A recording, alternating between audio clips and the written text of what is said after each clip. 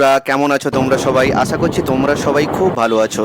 আজকে আমি সকাল সকাল বেরিয়ে এসেছি আমাদের বাড়ি থেকে 7 কিলোমিটার দূরে দুর্গাপুজোর মণ্ডপ দেখতে।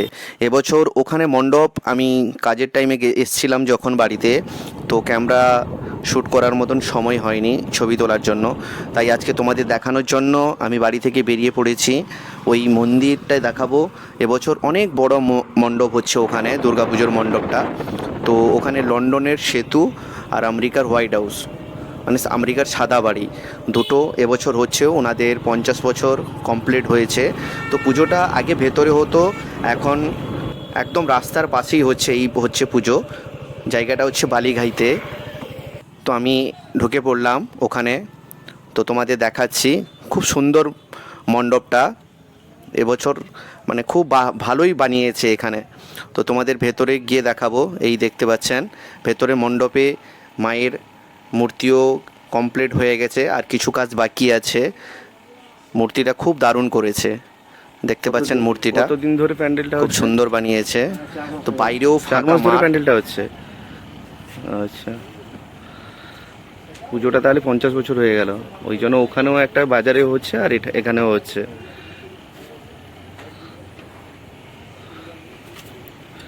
খুব মিস্ত্রি সুন্দর কোথাকার? বানিয়েছে। আচ্ছা, বাইরের মিস্ত্রি। সামনে জায়গাটাও অনেক বড়, পুরো শোল দিয়েই বানিয়েছে। পুরো এখানে শোলের থার্মোকলের কাজ আছে, খুব সুন্দর ডিজাইন করছে। আর 2-3 দিন কাজ হবে ওখানে।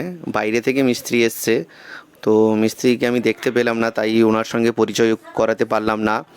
আর যেটা লন্ডনের সেতুটা, ওটা কিছুটা বাকি আছে, এটা একদমই হয়নি, এটাও হয়ে যাবে। এই দেখতে পাচ্ছেন লন্ডনের সেতু, আমেরিকার সাদা বাড়ি। এবার চলে এসো তাড়াতাড়ি বালিঘাইতে।